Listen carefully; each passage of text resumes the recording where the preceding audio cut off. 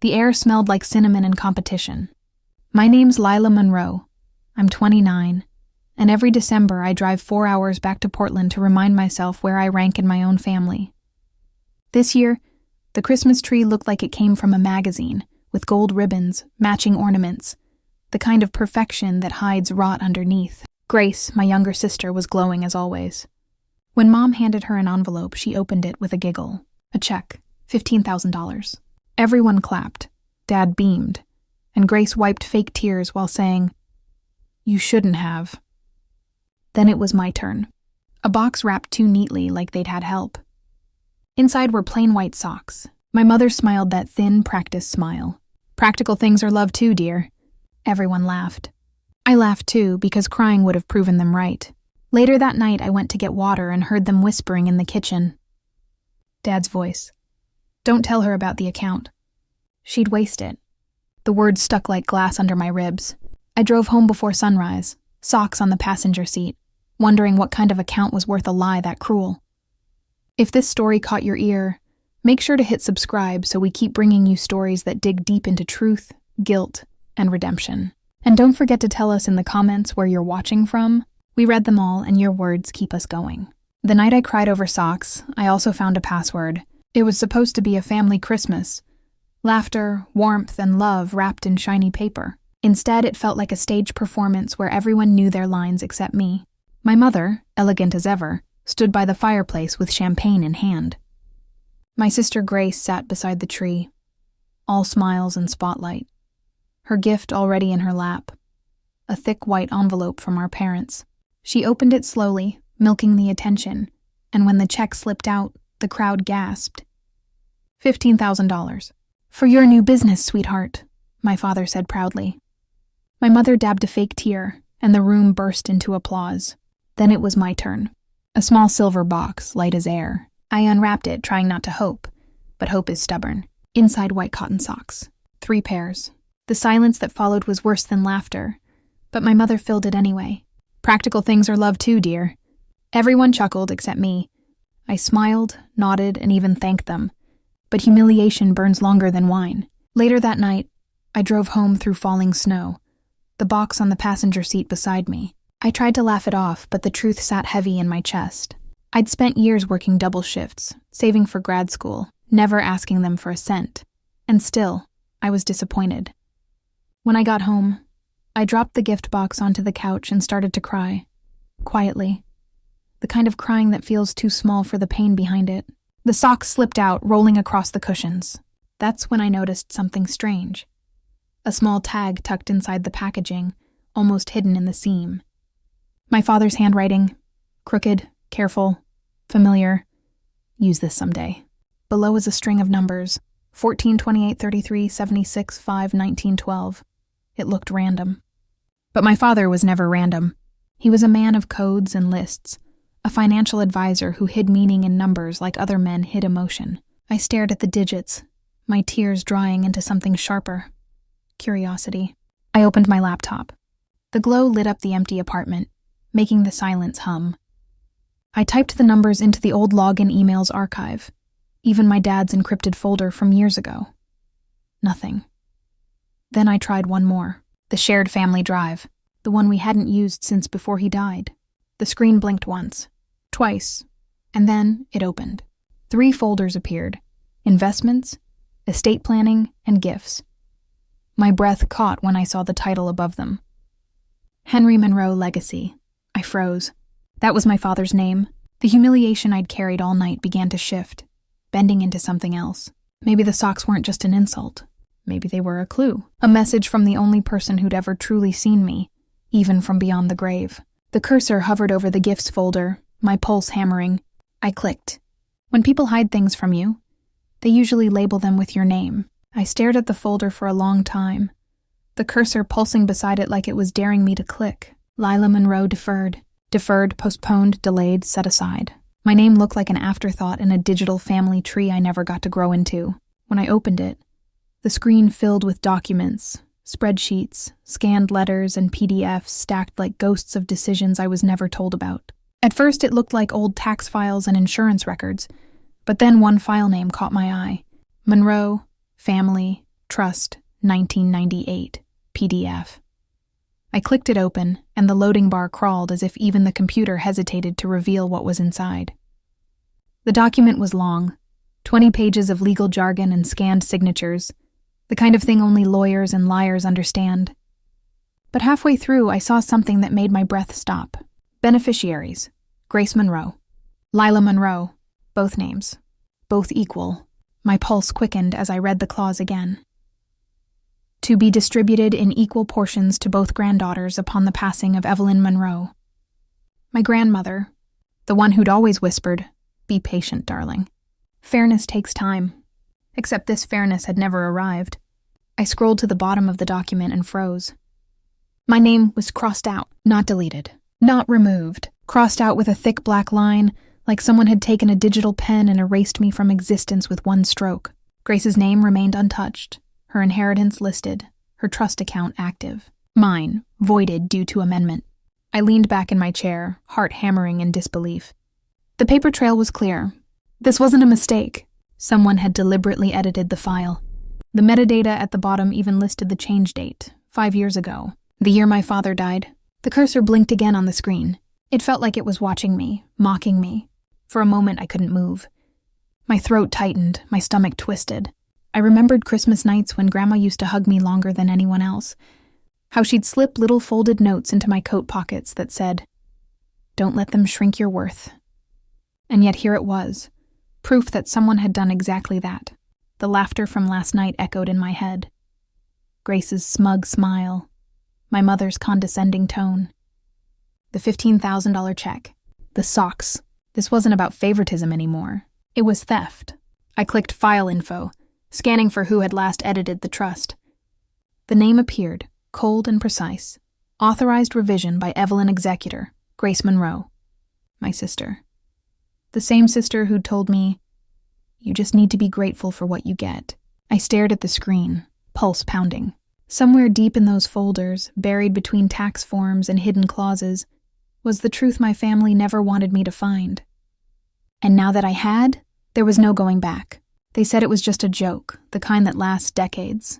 I stared at the trust document until the words stopped making sense. Crossed out. Voided. Amended. My name was raised like I'd never existed in my own family's bloodline. My throat felt tight, my hands cold.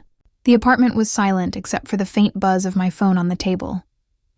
I opened the family group chat, the one labeled Monroe Christmas Crew. The name itself made me sick. My parents' messages were still there. Cheerful emojis and pictures from last night's dinner, like nothing had happened. I typed fast, fingers shaking. "Mom, Dad, I found the Monroe family trust documents on the old drive. Why is my name crossed out?" The typing dots appeared, disappeared, then came back. Finally, my mother replied, "Don't start drama during the holidays, Lila. Some things are better left alone." Better left alone, like me. Grace sent a single message right after. The sound of that emoji, if it had been on, would have been laughter made of knives. I deleted my first response before I sent it. Instead, I wrote, "So it's true? Grandma meant for both of us to inherit?" No reply. I waited 10 minutes, then 20. My anger simmered into humiliation, the kind that makes your skin crawl. My own family group chat had turned into a courtroom where I was the only one on trial. Finally, my father messaged, "You're misunderstanding old paperwork." Don't get emotional, kiddo. It's complicated. Complicated.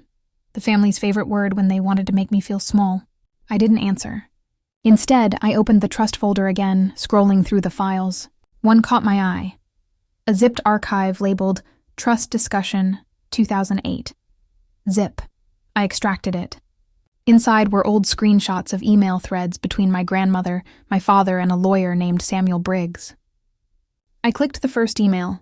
From Evelyn Monroe to Samuel Briggs.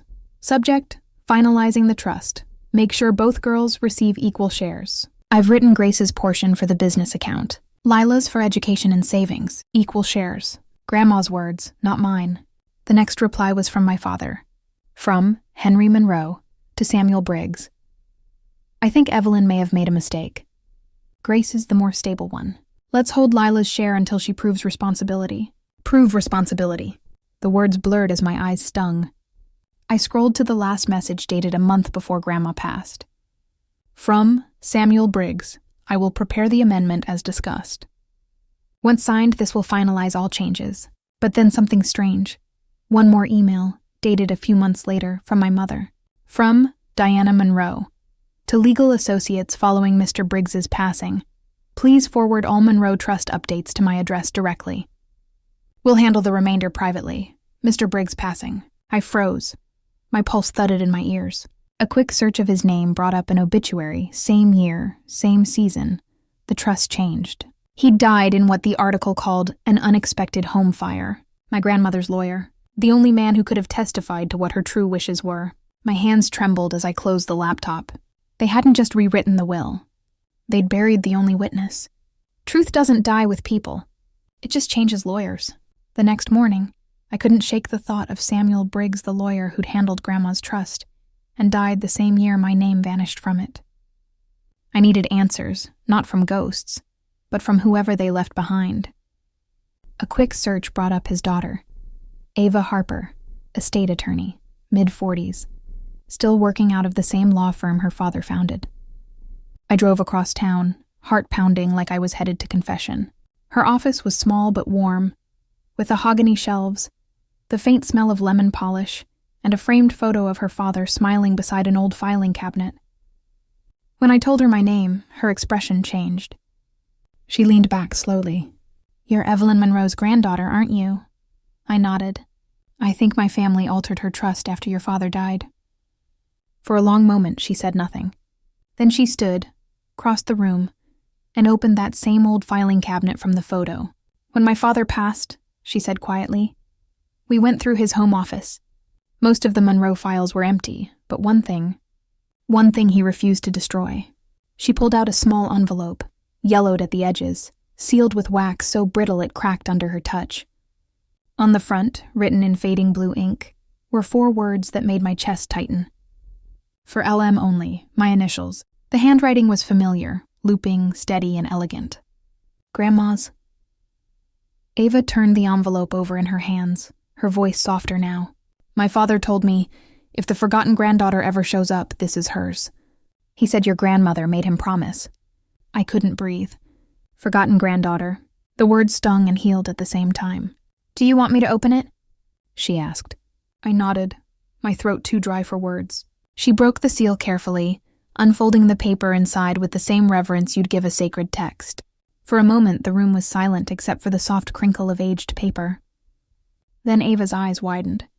"Lila," she whispered, "you need to see this." She handed me the letter. The ink had faded, but the words still carried weight. "If you're reading this, someone tried to erase you." I felt the air leave my lungs. Grandma's handwriting flowed across the page like she'd written it yesterday. Steady, deliberate, full of quiet fire. "Trust what's missing more than what remains. They can hide money, but not intention. The truth is in the gift that was never given." A chill ran down my spine. The gift that was never given. Ava looked at me, her brow furrowed. "Your grandmother knew something would happen. Whatever this means, she wanted you to finish what she started." I folded the letter carefully, holding it like it might crumble. Somewhere in my family's perfect story, Grandma had left a crack, and through it, truth was finally shining through. Some love letters are written to heal, others to haunt. When I unfolded Grandma's letter again that night, my hands wouldn't stop shaking. The ink had started to fade, but her words still cut like they'd been written yesterday, steady, sharp, deliberate. She'd written every line like she knew someone would try to bury it. "If you're reading this, someone tried to erase you." The next page was attached to an addendum, dated just months before her death. It was her official instruction to the Monroe family trust attorney. She'd divided everything evenly between Grace and me. The property, the investment accounts, even the antique jewelry collection that my mother always called hers. Grandma's condition was clear. No amendment could be made without both granddaughters' signatures. Both. But in the scanned version on the drive, my name was crossed out, and a signature sat neatly beneath it.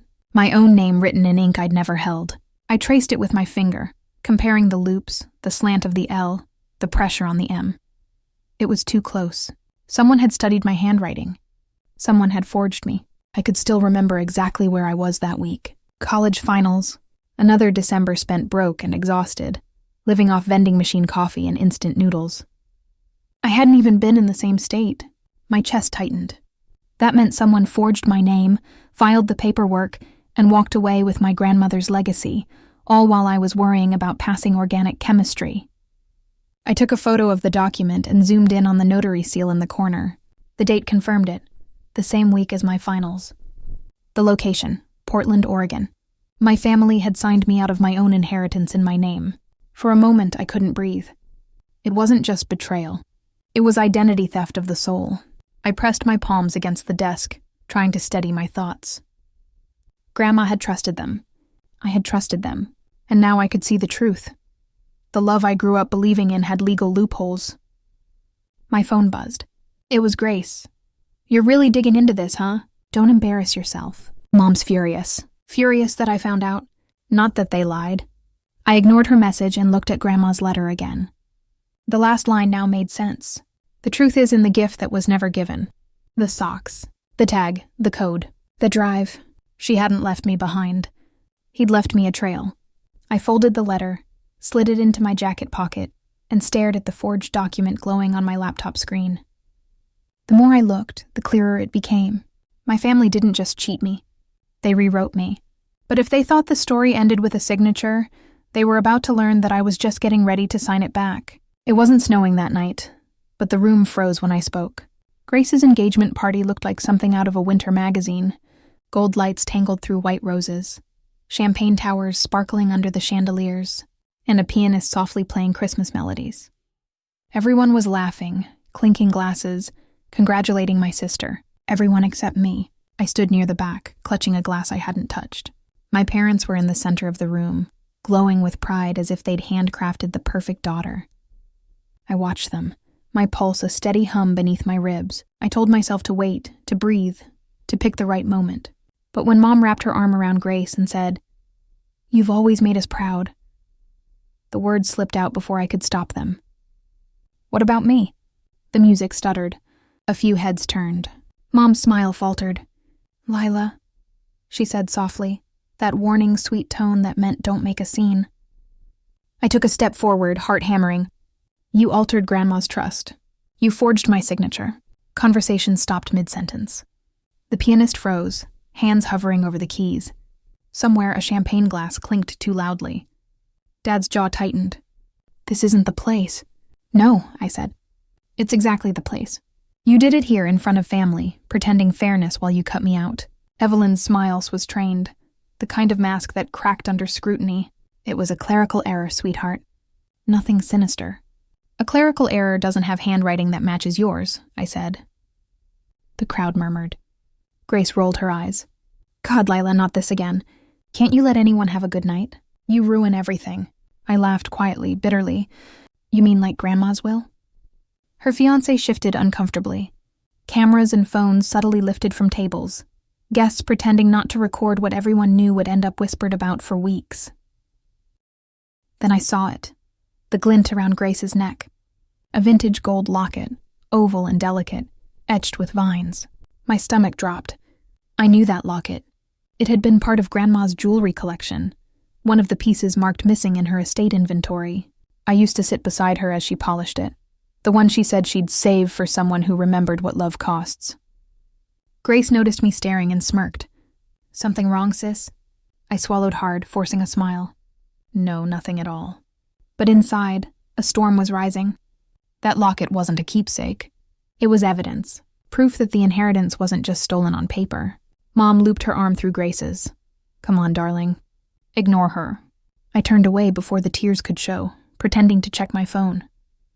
The camera opened silently. I zoomed in, focused, and pressed capture. The locket gleamed in the photo like gold gilt frozen in time. No more arguments, no more guessing. I finally had something real, something I could prove. They thought I was done fighting, but the picture in my phone said otherwise. Evidence doesn't need to scream. It just needs to exist. The next morning, I met Ava at her law office, the engagement party still replaying in my head like a bad dream. I handed her my phone. The photo of Grace's locket glowed on the screen, clear and damning. Ava's brows lifted the moment she zoomed in. "I've seen that before," she murmured. She opened a folder on her desk labeled Monroe Estate Jewelry Inventory, 1998. Inside were photocopies of appraisals and insurance forms, each item cataloged with serial numbers and signatures. Her finger stopped midway down the page. Here, vintage gold locket, valued at $250,000. Designated for Heir LM. She looked up. That's you, Lila. For a moment, I didn't know whether to laugh or cry. The validation hit me harder than anger ever could. After all the gaslighting, the laughter, the years of being told I was dramatic, the truth was right there, printed in black ink. Ava smiled gently. Let's make it official. The original authentication certificate should still be stored with the bank that held your grandmother's trust account. 2 hours later, we were sitting across from a man named Mr. Callahan inside Harrison and Pierce Private Banking. He was the kind of banker who treated silence like a contract, his gold pen perfectly aligned with the edge of his notebook. Ava slid the inventory copy and the photo across the desk. We need to confirm if this piece, the locket, was registered under the Monroe Family Trust. He adjusted his glasses, typing slowly. The seconds stretched. The air conditioner hummed. My pulse felt louder than the room. Then his screen blinked, and his eyes flickered. Surprise, maybe guilt. Yes, he said carefully. The locket, along with several other items, was deposited under Trust Account LM.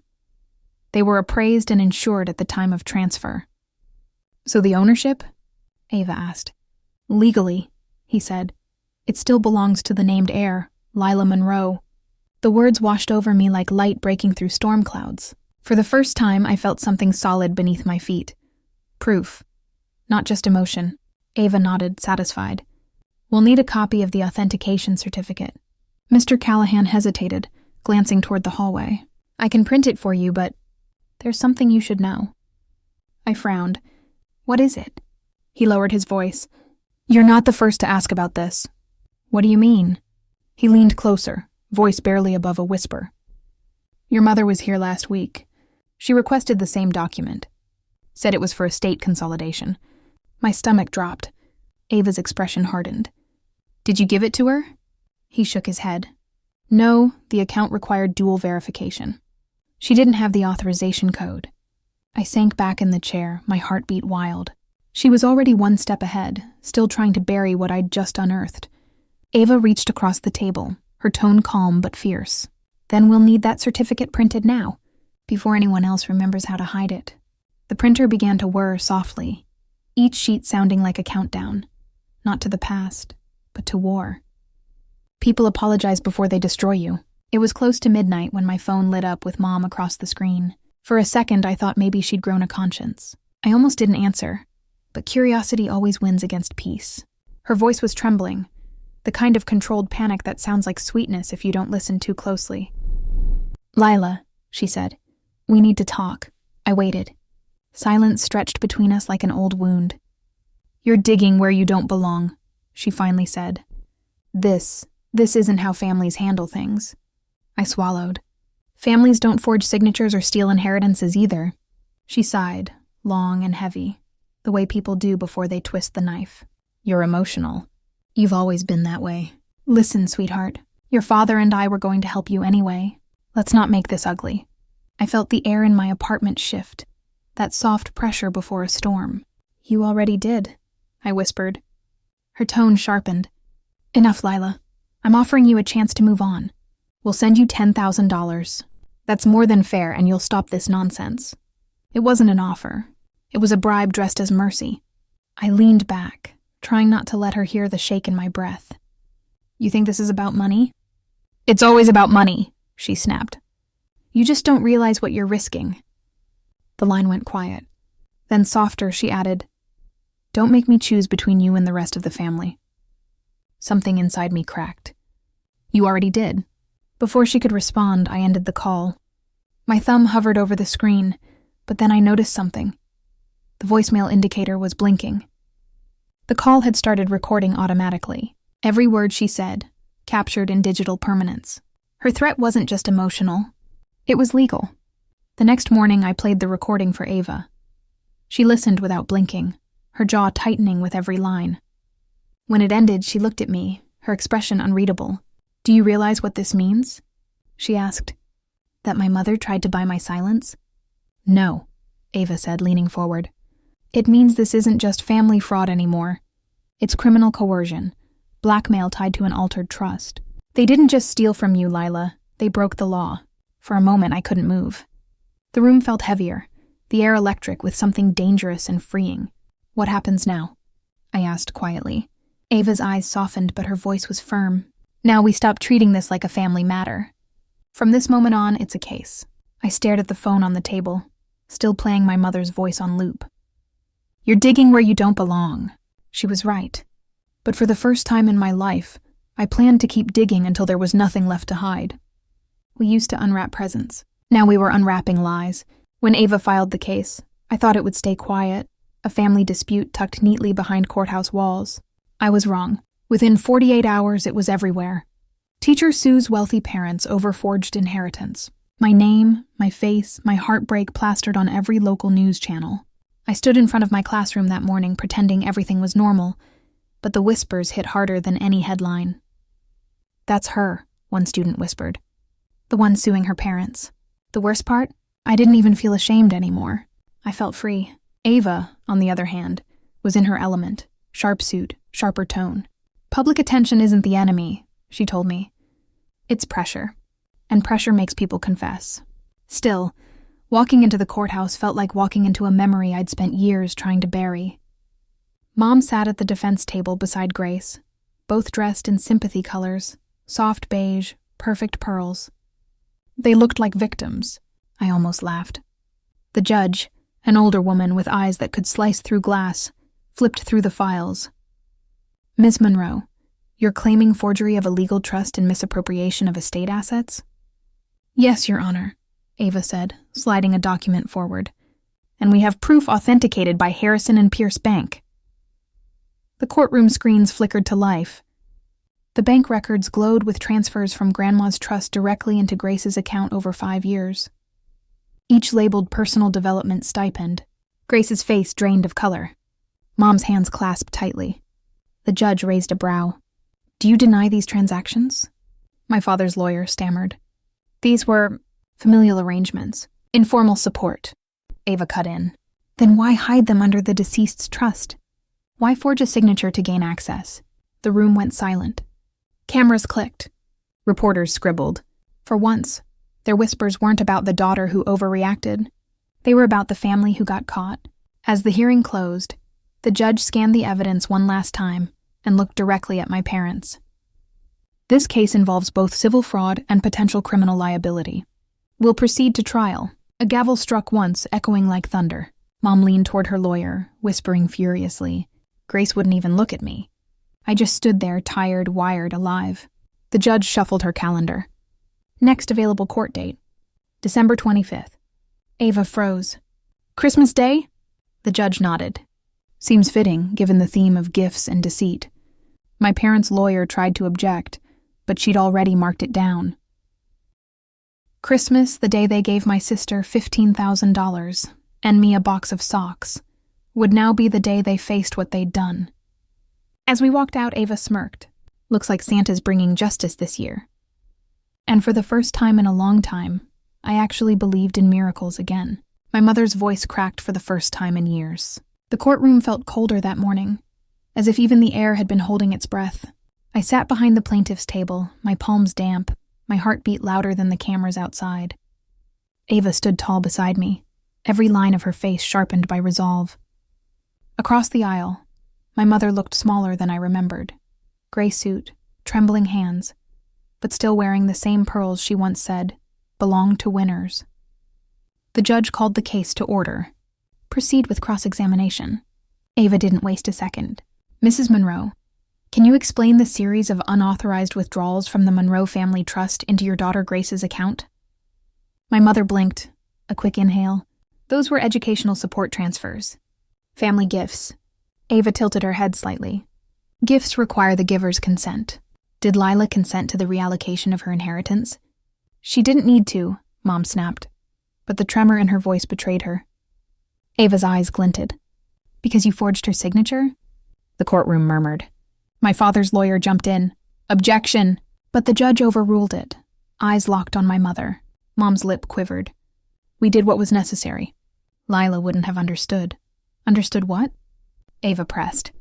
That her grandmother's trust wasn't yours to rewrite? For the first time I saw it, guilt flickering behind the woman who once seemed untouchable.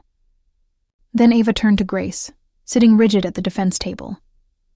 Ms. Monroe, please confirm, is this your locket? Grace nodded weakly. Ava tapped a key on her laptop. The projector lit up the courtroom wall. On it appeared the jewelry authentication certificate, the same one I'd retrieved from the bank. Beside it, a photo of Grace wearing the locket at her engagement party. The resemblance was perfect. This item, Ava said clearly, was appraised at $250,000 and legally assigned to LM, not GM. Grace's face collapsed. Mom said it didn't matter. She said Grandma wanted it to stay in the family. The judge raised a hand. Enough. Her tone sliced the air. Continue. My mother turned toward Grace, whispering frantically, Don't say another word. But it was too late. Ava closed her binder, voice steady. Your Honor, between the falsified signature, concealed transfers, and possession of assets designated for the plaintiff, we request immediate protective seizure of the Monroe estate until the court determines rightful ownership. The judge leaned back, studying the documents projected before her. Then she nodded once. Option granted. All Monroe assets are to be frozen pending final verdict. Gasps rippled through the courtroom.